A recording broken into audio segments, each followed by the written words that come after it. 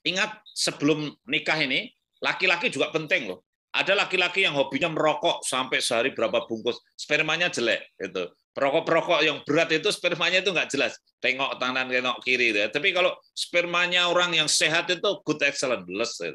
Ya saya bekerja di laboratorium sebelum sebelum jadi bupati, saya tiap hari pekerjaan saya sperma telur, menemukan itulah.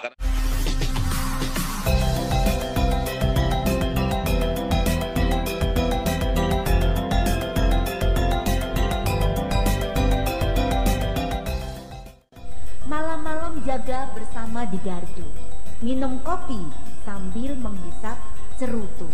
Nah ini khasnya bapak-bapak nih. Dengan program Desa Berdaya Kampung Madu, Desa Kemelagi semangat terus maju. Yaitu adalah Dr. Honoris Causa Dr. Hasto Wardoyo, SPO GK, selaku Kepala BKKBN. Beliau akan membahas tentang kondisi stunting di Indonesia dan pentingnya pemahaman kesehatan reproduksi sebagai usaha pencegahan stunting. Ya baik, terima kasih Mbak Jen ya. Jadi bidan tangguh yang luar biasa. Memang bidan itu tangguh karena apa? Mereka lah yang mengerjakan semuanya. Jadi kalau yang pasang susu, yang pasang IUD, yang suntik itu semua yang ngerjakan bidan kalau KB ya. Sekarang ini stunting juga begitu. Nanti yang pertama kali ketemu sama bayi-bayi itu mayoritas bidan. Ya dokter Tino juga iya sih, tapi mungkin tidak sebanyak bidan itu karena kan tidak semua lahir ada di tangan dokter.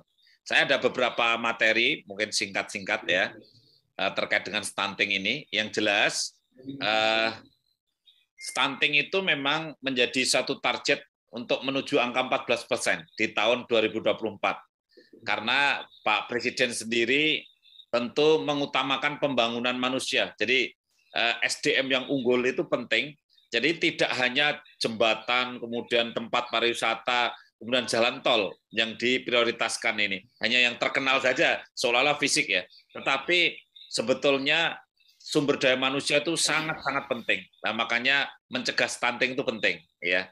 Nah, itu karena kita punya PR di tahun 2045 harus menghadirkan generasi yang hebat, ya, generasi emas itu tidak boleh stunting. Karena stunting itu ruginya ada 3 paling tidak. Pendek, nggak bisa jadi TNI, nggak bisa jadi Polri, mau kawin sama pramugari aja nggak berani ya karena pendek itu. Kemudian yang kedua, dia tidak cerdas, jadi mungkin dia untuk akademiknya juga susah bersaing itu. Kemudian yang ketiga, dia mudah sakit-sakitan. Di hari tuanya itu ada central obese, ada cardiovascular disease, penyakit-penyakit kardiovaskuler dan juga diabetes atau metabolic disorder. Nah ini orang stunting jadinya tidak unggul. Nah, saya itu diberi tugas sebagai Ketua Tim Percepatan Penurunan Stunting Nasional oleh Pak Presiden, Ketua Pengarahnya Pak Wakil Presiden. Kemudian BKKBN ini memang urusannya keluarga, jadi kita berbasis keluarga. Kalau kita lihat, sekarang ini problem di keluarga itu cukup banyak ya, masalah kesehatan reproduksi ini. Angka kematian ibunya masih tinggi juga, stuntingnya masih sekarang ini 24,4%. Kemudian kematian bayi juga masih 24 per 1000. Kemudian juga bagaimana mereka yang perilaku remajanya itu ada yang merokok, kemudian narkotika. Ini cukup berisiko untuk mempengaruhi kualitas kesehatan reproduksi. Kawin usia muda, ini juga berpengaruh sekali. Belum lagi lingkungan yang tidak bagus. Dalam hal ini sanitasi. Nah ini karena stunting juga dipengaruhi oleh lingkungan yang nggak bagus. Seperti katakanlah tidak ada jamban, kemudian air bersihnya nggak ada. Nah ini kondisi-kondisi itu membuat sering sakit, mudah sakit. Ini penurunan stunting yang tadi sekarang baru mencapai 24,4%, tapi targetnya 14% di 2024. Jadi luar biasa, harus kerja keras ini ya. Kami terima kasih ini ada Dr. Tino, dokter-dokter spesialis anak lah yang kerja keras. Ini di NTT tinggi ya, kemudian Sulawesi Barat itu yang sudah bagus ya, di DKI, di Jogja, di Bali ini ya menjadi best practice lah. Nah, Bu Bidan yang tangguh luar biasa ini, kami titip tentu di 1000 hari kehidupan pertama itu memang perlu disiapkan. Jadi persiapannya itu dari sisi ibu, Kemudian dari sisi anak ya, nanti kalau anak tentu Dr. Tino ini ahlinya. Saya mungkin lebih dekat ke ibu ya, dan rumah tangga ya. Jadi bagaimana jarak melahirkan itu penting untuk diatur. Jadi birth to birth interval, pregnancy to pregnancy interval ini sangat menentukan bagaimana anak itu stunting atau tidak nantinya. Nah, oleh karena itu pemakaian kontrasepsi menjadi penting karena untuk mengatur jarak. Banyak metode kontrasepsi yang bisa dipilih saya kira dalam rangka untuk mengatur jarak itu. Nah, nanti tentang stunting tentu Dr. Tino akan banyak bicara, tapi intinya kekurangan gizi, sakit-sakitan, istilahnya suboptimal health, suboptimal nutritional, dan juga parenting yang kurang bagus ini menjadi sumber dari stunting. Anak itu sering kadang-kadang makanan cukup ada, kemudian juga sehat gitu. Tapi orang tuanya itu membuat stres gitu. Jadi karena terus dimarahi-marahi, terus ditakut-takuti dan seterusnya. Nah, ini yang membuat kemudian anak juga tidak happy. Maka kalau kita ingin anaknya sehat harus happy, ya.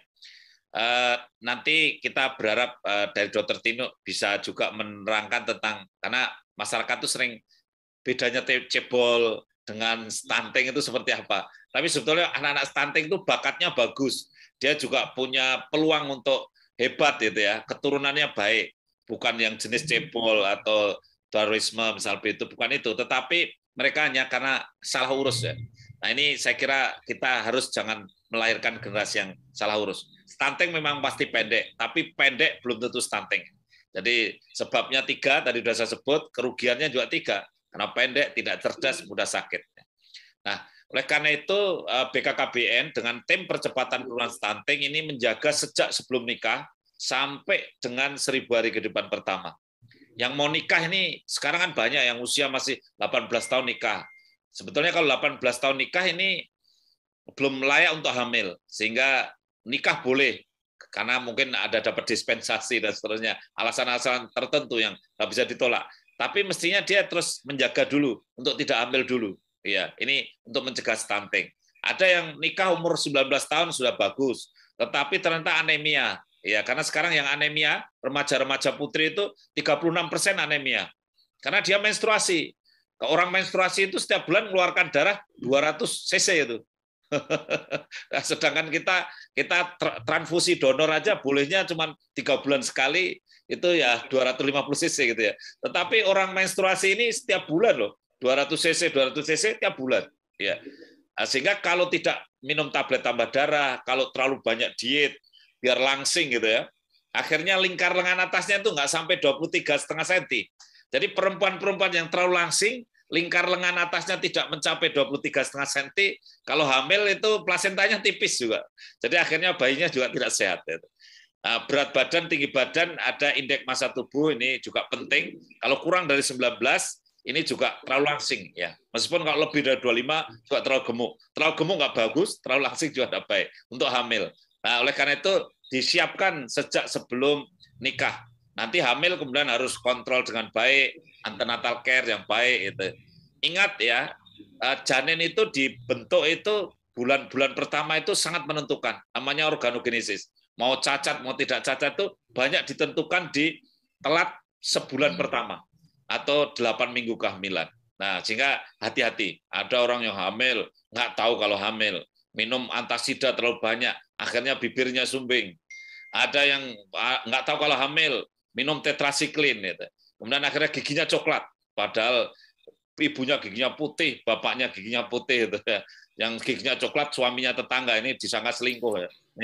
Padahal sebetulnya karena minum tetrasiklin. Karena hamil tidak terencana. Maka hamil itu harus berencana, keluarga harus terencana. Nah, saya kira dampak-dampak yang lain nanti Dr. Tino akan menjelaskan untuk sisi anak, tetapi tadi sudah sampaikan bahwa persiapan sebelum melahirkan ini, sebelum hamil itu penting, dan kemudian selama hamil juga penting. Ingat, sebelum nikah ini, laki-laki juga penting loh. Ada laki-laki yang hobinya merokok sampai sehari berapa bungkus, spermanya jelek itu. Perokok-perokok yang berat itu spermanya itu nggak jelas. Tengok kanan, tengok kiri. Ya. Tapi kalau spermanya orang yang sehat itu good, excellent, bless. Ya saya bekerja di laboratorium sebelum jadi bupati, saya tiap hari pekerjaan saya sperma telur, menemukan itulah karena di bayi tabung di IVF ya. Perokok agak repot ya. Kemudian juga orang yang hobinya berendam air panas itu, karena sperma juga sensitif dengan panas. Hati-hati. Nah itulah yang harus disiapkan sehingga persiapan itu harus dari hulu sejak sebelum nikah sampai kemudian akhirnya hamil dan kemudian 1000 hari kehidupan. Waktu saya masih berapa menit? Takut kebanyakan. Cukup ya, baik ya. Ya mungkin closing saya 1 menit bahwa BKKBN menghadirkan tim pendamping keluarga di masyarakat, ada bidan, ada PKK, dan ada kader. Sehingga jangan khawatir, kita selalu dampingi, tapi pesan saya jangan terlalu gitu aja untuk menjaga stunting. Hamilnya jangan terlalu muda, kurang dari 20 tahun. Jangan terlalu tua, lebih dari 35 tahun. Jangan terlalu sering, kurang dari 3 tahun. Dan jangan terlalu banyak, 2 anak sudah cukup sehat. Ya. Terima kasih. Wassalamualaikum warahmatullahi wabarakatuh.